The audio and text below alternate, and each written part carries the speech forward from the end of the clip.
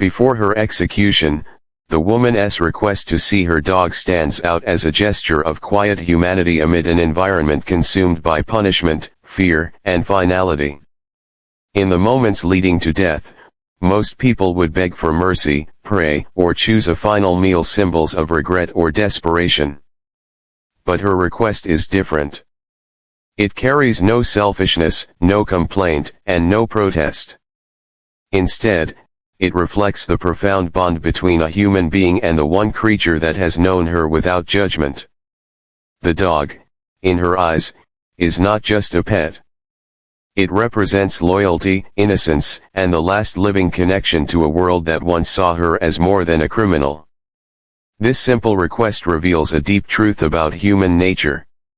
Even in the face of death, our hearts yearn for comfort, not from institutions or authority, but from the presence of unconditional love. The woman's choice of her dog, an animal incapable of understanding laws or guilt, suggests that what she seeks is not forgiveness from society but recognition of her humanity. It is a quiet protest against the system that has stripped her of identity, turning her into nothing more than a name on a death list. Through her request, she reclaims control over her final moments, deciding what truly matters to her. The guards and officials see this act as unusual, perhaps even absurd, but that is precisely what gives it power. In a place built on order and punishment, a simple act of tenderness disrupts everything. Her request confronts the audience with a question that lingers long after the scene ends: how can a condemned person show more love than those who condemn her? The very simplicity of her wish forces people to look beyond the sentence and see the person within it. In literature and real life, moments like this remind us that dignity does not vanish even when freedom is taken away. Her desire to see her dog becomes a final declaration of selfhood. It is as though she is saying, "I am still capable of love, and therefore, I am still human." In a world that often measures worth by law and judgment, such a small, quiet choice carries the weight of profound defiance. When the dog is brought before her, the atmosphere shifts from formality and fear to something raw and deeply human. The dog doesn't see the gallows, the guards, or the chains. It doesn't know the meaning of crime, guilt, or punishment. What it knows is the scent, the voice, and the warmth of the person it loves. Without hesitation, it runs toward her, tail wagging, eyes full of recognition. This moment captures the essence of unconditional love, pure, uncalculated, and untainted by judgment. The dog's response shatters the cold silence of the execution ground, reminding everyone present that affection is not earned through morality or innocence. It is freely given through connection and trust. Unconditional love, especially from an animal, becomes a mirror reflecting the emptiness of human justice. The people who condemned her see rules and crimes, the dog sees only the person who once cared for it. This stark contrast exposes how human relationships are often clouded by prejudice, fear, and the need for control. The dog's simple act of love asks a silent but piercing question: how can something deemed guilty still be so loved? That question unsettles the spectators more deeply than any speech or confession ever could. In that embrace, she too is transformed. For a brief moment, the weight of her sentence, the labels placed on her, and the isolation of her final days dissolve. She is not a criminal or a condemned woman. She is simply someone loved and remembered. Her tears are not just of sorrow, but of relief, proof that love can reach her even here, beyond bars and verdicts. The purity of the dog's affection reminds her, and everyone else, that love does not need to justify itself. It simply exists, unwavering and whole. The scene becomes a powerful lesson about what it means to be human.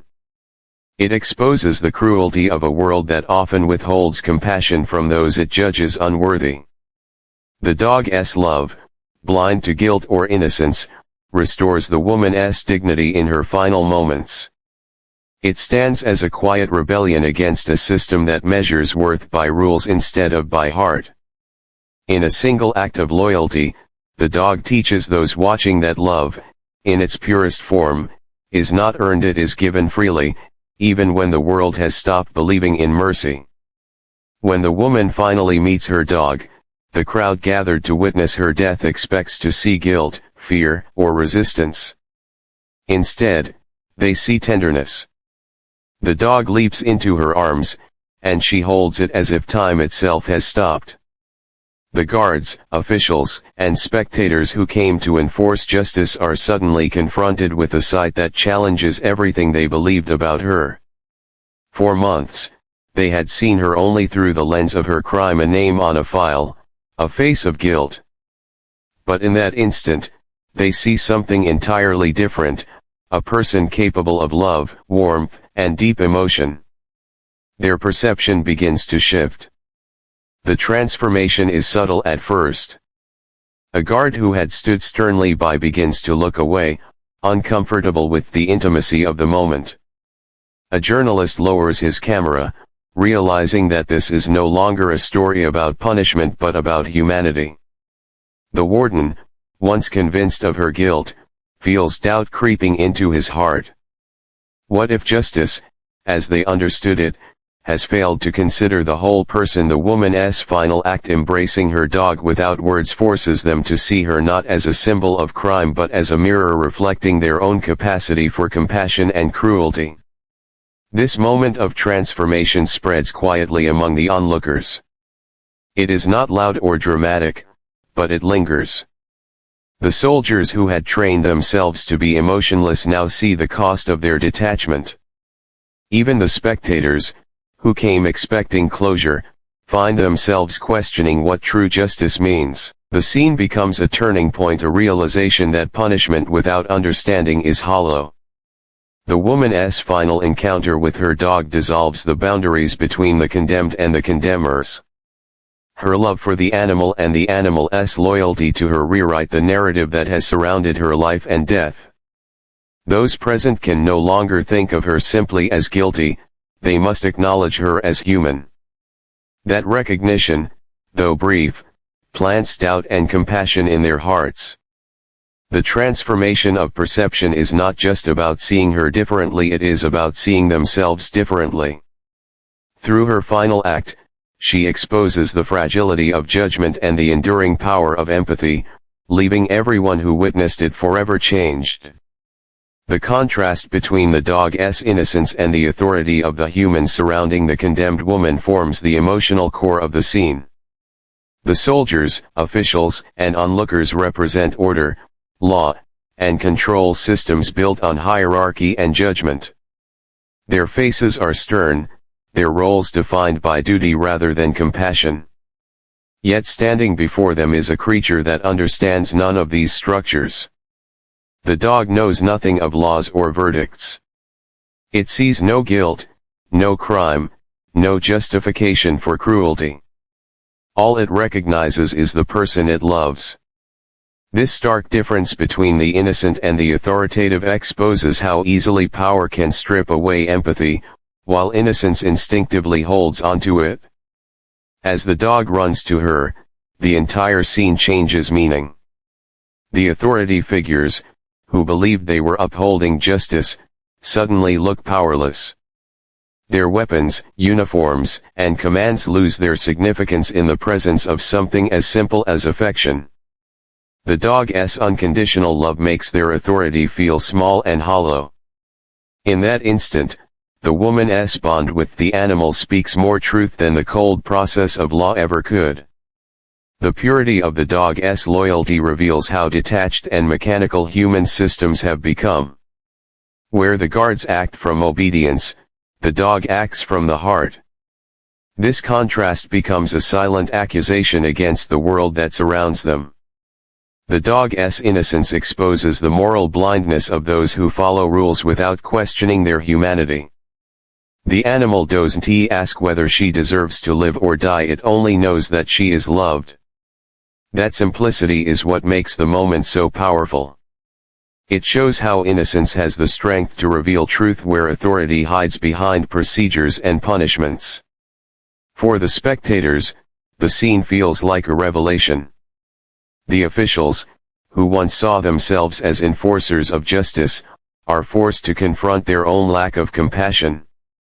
The dog's actions make them realize that true morality might not come from power or law but from empathy and understanding.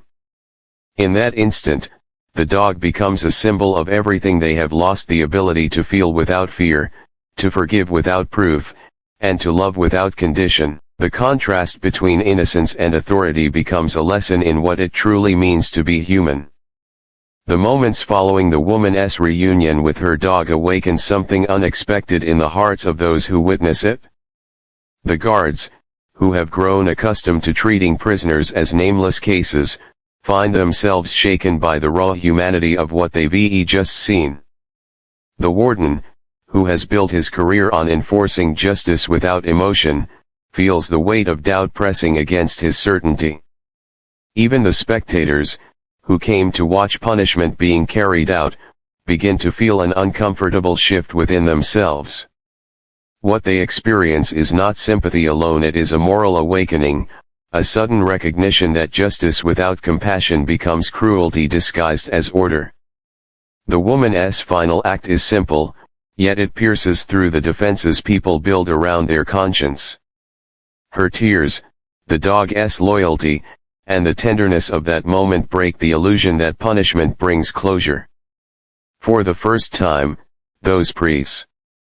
Over time, the story of the woman and her dog grows into something almost mythic, retold in countless voices, reshaped by memory but never losing its essence.